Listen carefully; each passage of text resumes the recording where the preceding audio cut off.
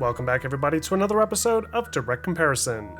In today's episode, we're going to take a look at the recently released open-world adventure game Hogwarts Legacy, and see how it compares to some of the earliest Harry Potter-based video games from over 2 decades ago. Now, as you probably already expect, the latest game looks visually superior in just about every instance, with better lighting, model design, animation quality, and overall complexity. So the purpose of this video isn't necessarily to determine which game looks and plays better, that answer should be obvious. But rather, we're going to simply observe how exactly some of these iconic locations have evolved, and how Hogwarts Legacy seeks to reimagine EA's old wizarding formula to appeal to today's audiences. As always, both games will be played on the PC, with the graphics settings maxed out at a 4K resolution, DLSS set to its performance settings, and all the ray tracing options enabled. However, the original Harry Potter and the Sorcerer's Stone, or Philosopher's Stone if you're from the UK, doesn't natively support this resolution, so I did have to make a few modifications to get it to look and run properly on newer hardware. Also, as the original few Harry Potter games for the PS1 and PC were severely limited in their scope, I've also gone ahead and captured some footage of the first truly explorable version of Hogwarts in 2003's PlayStation 2 version of the game, and we'll be using this as a basis for the comparison as well. Alright, so let's kick things off by first taking a look at some similar character models, starting with the lead protagonist. Now, in case you weren't aware, Hogwarts Legacy doesn't actually follow the classic Harry Potter storyline, as it takes place over a century before the events of the books. Because of this, most of the fan-favorite characters haven't technically been born yet, so instead of playing as Harry Potter like in the old games, players take control of a brand new character, a nameless protagonist who's just enrolled to Hogwarts as a 5th year. By doing this, Hogwarts Legacy provides a familiar, yet wildly different experience than what fans are used to, essentially letting them insert themselves into the fantasy and tell their own story.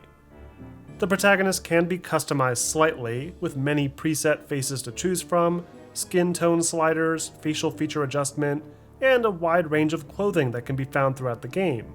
This is obviously much different from the old Harry Potter games, where players are typically locked into using a young Harry Potter, and the outfit remains the same from start to end. Supporting characters are also familiar, yet different at the same time. Cressida Bloom, for example, feels very similar to the character Hermione Granger, with bushy brown hair and a predilection to go above and beyond with her studies.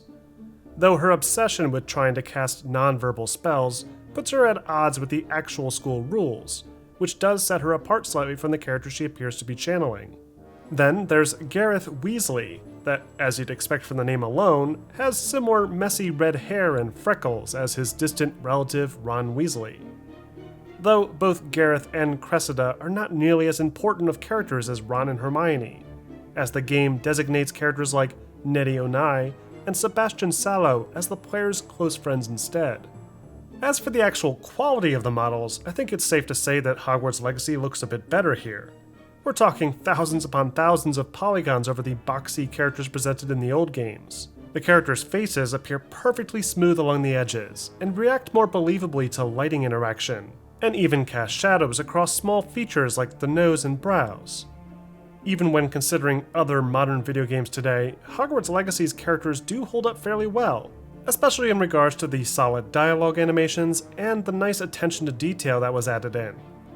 They're not perfect, mind you, as there's still some missing details like the veins you'd expect to see in the cornea of the character's eyes, and plenty of other weird oddities with the NPCs that feel unnatural and just plain broken. But it's of course a major improvement over the old Harry Potter games' straight-up nightmare fuel characters, with maybe a couple dozen polygons, flat textured faces, and in many instances, the inability to even open their mouths when talking. Once the game shifted over to the PS2, we did start to see some much more detailed models, with more rounded features and things like eyes that were rendered within the model's head, rather than just being painted on. And because of the almost cartoon-like art direction of this particular game, it's aged much better, especially when upscaled in emulation software as it's shown here. Moving on, we have the true star of the show, Hogwarts itself. This is hands down the biggest draw to this particular game, as Avalanche Studio, Portkey Games, and Warner Brothers Games together have created an incredibly authentic recreation of the Hogwarts Castle. Prior to this game, there have been several attempts to create a feasible layout of this school, with plenty of iconic locations like the Grand Staircase, complete with rotating sets of stairs, the Great Hall with its 4 rows of tables, floating candles, and enchanted ceilings, the Gryffindor Common Room, and all the various classrooms and surrounding grounds. What's interesting though is that some of these old Harry Potter games were actually building a school not based on the films, but based on what they thought the films were going to look like. Development for the original set of Sorcerer's Stone games had begun before the first film had even released, with the developers being given a list of items to include, resulting in multiple versions of the game that are all very different from each other, despite a few similarities here and there. This eventually changed once the films had started to actually release, so we did start to see locations like this Oxford-based courtyard materialize in the 2002 Chamber of Secrets game, and the subsequent 2003 Sorcerer's Stone remake. But this would of course change again when the third film came out, as the new director for that film completely changed the design of the castle with new additions like the clock tower, the bridge, and most confusing of all, the new position of Hagrid's hut. Now, the reason I bring this up is because Hogwarts Legacy surprisingly addresses this very issue, by including not only the original location of Hagrid's hut, but the later version too, resolving a decade-long continuity error that's always bugged me. And that's only one very small detail when considering how much else is in this game. Hogwarts Castle and Hogwarts Legacy is exactly what every fan would have ever hoped for. Everything is here, from the Great Hall and connecting courtyard, to the massive Grand Staircase, each of the 4 common rooms and appropriate accompanying secret entrance, the bathroom from the Chamber of Secrets and the upstairs bathroom where Harry, Ron, and Hermione fight a troll, the astronomy tower, the upper catwalks, the Quidditch pitch, the Forbidden Forest, the one-eyed witch statue. I could go on for hours detailing each and every reference to the film and books that I found, because I literally spent hours just ignoring the main questline and searching around for these landmarks. But to summarize, Hogwarts Legacy absolutely nails it when it comes to the general layout and design of this castle. And it finally puts into perspective just exactly how these characters have been getting around all these years. And it all seems to make more practical sense than the weird and inconsistent layouts of the castle in the past. Many of these locations were recreated in those old games, like the Chamber of Secrets bathroom for example, or at least a bathroom that closely resembles it. But weirdly, the only way to access this bathroom is by going through the Gryffindor Common Room area first, which of course doesn't even make the slightest bit of sense. But in the latest game, the bathroom is properly located deep in the dungeons, adjacent to a hallway that shares that very same decorative wall pattern seen in the film. There's even a tiny little snake emblem texture added to one of the faucets, which is a nice touch. As for the visual differences between these shared locations, I believe these side-by-side speak for themselves. The improvements are night and day, with vastly superior texture maps, superior geometry, and even more importantly, more appropriate scaling. There's a lot of weird oddities in these old games that I feel were easy to dismiss back then. But when you look closely, you start to notice things like impractical room layouts, overly large handrails, and a lot of these connecting areas that are very clearly designed around only platforming and nothing else. Hogwarts Legacy's many rooms and halls all feel like they actually serve a purpose in the world. There's no bookcase hopping mazes or perilous drops without reason, and so much of the layout is based around making the film locations actually fit together.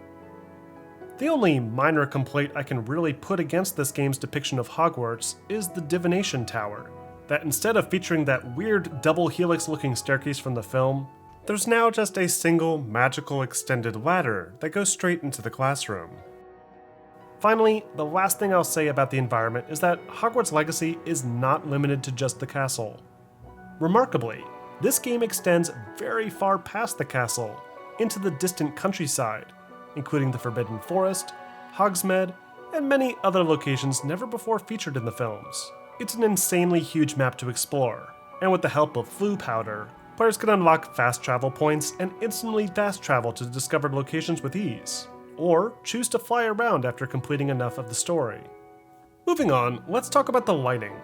Lighting is a major reason why the visuals of Hogwarts Legacy work so well in creating a near photorealistic take on this castle. The design of the lighting is gorgeous, with some beautiful reflective marble floors in areas like this Defense Against the Dark Arts wing that gives it a sort of museum feel.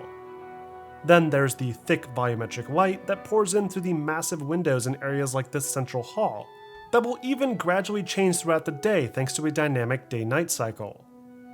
What's even more impressive is the developers even designed the AI density to gradually reduce as the sun sets, which does keep it consistent with Hogwarts' strict curfew rules. Though this also doesn't interrupt the gameplay, as players will never be punished for staying up late and can explore freely at their leisure.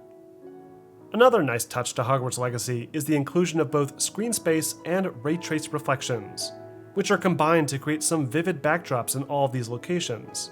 The reflection quality isn't particularly amazing, as the image is often fuzzy and difficult to make out, though it is cool seeing actual AI approach the player from behind via a reflection, something that would have been incredibly demanding to pull off using planar reflections like we saw in the old games. Now, as for the lighting in those older Harry Potter games, it should come as no surprise that the effects here have seen better days. In fact, even when considering the time that these games released, the lighting wasn't necessarily on par with some of the more technically advanced titles available at the time. The PC version in particular has completely baked-in lighting, with textures being colorized to indicate a light source glowing against it. It looks okay, but doesn't even change color once that light source is removed or extinguished. The 2003 games have much better lighting effects overall, with some more convincing baked-in shadowing and some slight dynamic effects when using spells in dark areas. But once again, this was well behind some of the competition that year, and of course doesn't really compare to where we're at with lighting today. This then leads into how the shadow design was handled in those games. Because all the lighting and shadows are baked straight into the textures, there's very little actual shadow rendering happening in these old games. The only shadows that appear to even move are those cast by NPCs and the player model, and these are typically rendered under the character without any actual light source influencing the projection angle. The environmental shadows in the 2003 game were slightly more complex, with more intricate baked shadows to help define environmental objects and building architecture. But a majority of the shadows were still very soft, baked shadows around objects like bookshelves, tables, and chairs that are really just there to give more depth to the scene. Fast forward about 20 years, and obviously we have a lot more shadows being rendered in real time, with dynamic lighting forcing shadows to change direction periodically relative to the position of the sun, or other relevant light source. Thanks to ray-traced ambient occlusion and shadows, objects in the world have more perceptible depth to them, and character shadow projections react to most light sources, and will properly rotate relative to the orientation, something that comes into play early on with this puzzle involving the Lumos spell. The shadow rendering isn't perfect, with some weird blurriness and pop-in at great distances, but suffice to say, it's still vastly more advanced than any of those older games. Then we, of course, have all of those miscellaneous effects, something that is quite prominent in a game about casting magical spells. The magic casting in Hogwarts Legacy looks phenomenal, with tight spirals of magical particles being fired like bullets from the wand, and providing some great feedback to the player to make combat feel powerful and satisfying.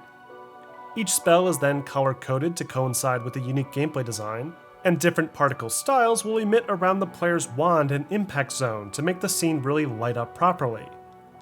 The old games had some very rudimentary particle designs, with some basic alphas emitting from successful strikes on targets that sometimes overlapped and revealed the squared, transparent border that the texture was placed on. Fire and explosive effects were also, unsurprisingly, very basic as well, with a limited number of textures cycling back and forth, and candles that appear more like light bulbs in some instances, an issue that this latest game obviously doesn't suffer from.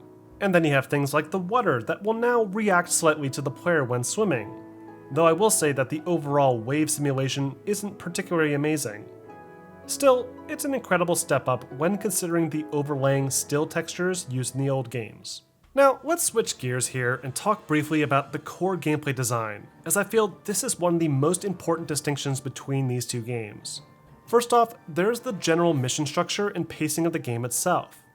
In the old Harry Potter games, the entire game is formatted to incorporate major moments from the film. Between all that, there's really very little room to explore off the path. You can find some secrets along the way, like mirrors or paintings hiding chests filled with birdie bot beans and wizard cards. But most of the doors are locked off until the story opens them for you. The same is true for the 2003 game, although you were given a chance to venture off and look around at some bits of the castle if you'd like. Though outside of some light sightseeing and searching for the odd wizard card, there really wasn't much reason to go exploring off the beaten path. Hogwarts Legacy, however, gives players the opportunity to explore at their leisure. You're given a list of classes you need to attend, just like in the 2003 game, but there's an actual reason to explore the castle between those classes, with new side missions, more interesting secrets, puzzles, and items like gear that can help make things like combat more manageable. Interestingly, the way classes are handled is actually very similar between Hogwarts Legacy and those old Harry Potter games. You go to class, the teacher explains a certain spell, you draw it out with a sort of weird tracing minigame, and then you practice the spell in some sort of trial. But Legacy doesn't go nearly as overboard with it as those old games. In the 2001 game, for example, players were stuck tracing shapes 4 times in a row, with each turn being harder than the last. But in Legacy, you only need to trace a shape once, and the trial afterwards is quick and straight to the point, cutting out all the excessive long platforming and puzzle solving. There's still plenty of that type of content out and about the castle itself, but you never feel like you're being forced through it this time around. The game's currency and trade is also expanded upon, using galleons instead of birdie bot beans. And the storefronts in Hogsmeade all sell specific items that make sense. Unlike in the old games where the only storefront would be Fred and George, who pretty much only sold prank devices to distract prefects and specific wizard cards. The combat design is another area that has received some much needed reimagining. In the old Harry Potter games, combat was pretty much exclusively done with the spell Flipendo. It can get pretty annoying, and Harry says it literally every single time. But what's even more annoying is just how unreliable the aiming system is, especially on the PC, where any enemy that's close enough makes it nearly impossible to lock on and fire properly. Hogwarts Legacy incorporates a more modern combat design that feels eerily similar to many other games, especially those by From Software. It's definitely not nearly as hard as those particular games, but the controls should be instantly familiar to fans of games like Elden Ring, or even non-FromSoft games like EA's Jedi Fallen Order. There's also some non-combat related spells too, like Revelio to reveal magically hidden objects, Reparo to fix broken objects in the world, and Lumos to light up the darkness. These spells can also be swapped out for other discovered spells throughout the course of the game, making the system far more advanced and robust than spamming Flipendo for 6 hours straight. Finally, we have probably the only area where the original game actually has an upper hand, Quidditch. Quidditch is a big part of the Harry Potter fantasy, and despite Hogwarts Legacy featuring both the Quidditch pitch and the ability to fly broomsticks, there's no actual Quidditch system built into the game. The original games did, however, make sure to feature this crucial ingredient, albeit with some terrible flight controls and the inability to play as anything other than Harry as the Seeker for Gryffindor. There was a standalone Quidditch game that released shortly after, with the ability to choose from any of the 4 positions and teams, but for whatever reason, this was not a priority for Hogwarts Legacy, and is explained away right from the onset.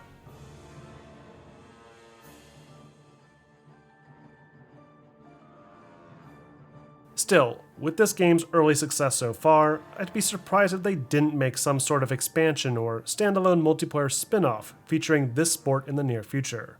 And that wraps up this episode of Direct Comparison. Overall, Hogwarts Legacy is a truly impressive game. This is the type of Harry Potter video game that developers in the past had always strived to create. But what's truly impressive about Hogwarts Legacy isn't that it's a near-perfect recreation of the film sets, but rather, it actually looks good all on its own, with some beautiful lighting, model designs, and animation work. Having the cloak actually flow off of the stool after being sorted was surprising to see, and all the other little details crammed in, like the way the various suits of armor, statue busts, and portraits all move and look at the player, makes for a truly immersive experience. We've seen some of these elements in those older Harry Potter games, sure, but nothing even remotely close to this level. And on top of all that, the gameplay systems and story are all very well done as well. bringing this particular title in line with the likes of Rocksteady's hugely successful Batman Arkham games, in how they took an already very well-established IP and created something that's not only faithful to the source material, but fun to play as well. So, what do you guys think? Are you impressed with Hogwarts Legacy? Or was there another classic Harry Potter game that you felt captured the essence of the book and films better? Let me know in the comments section. And don't forget to like and subscribe for more content like this posted every week.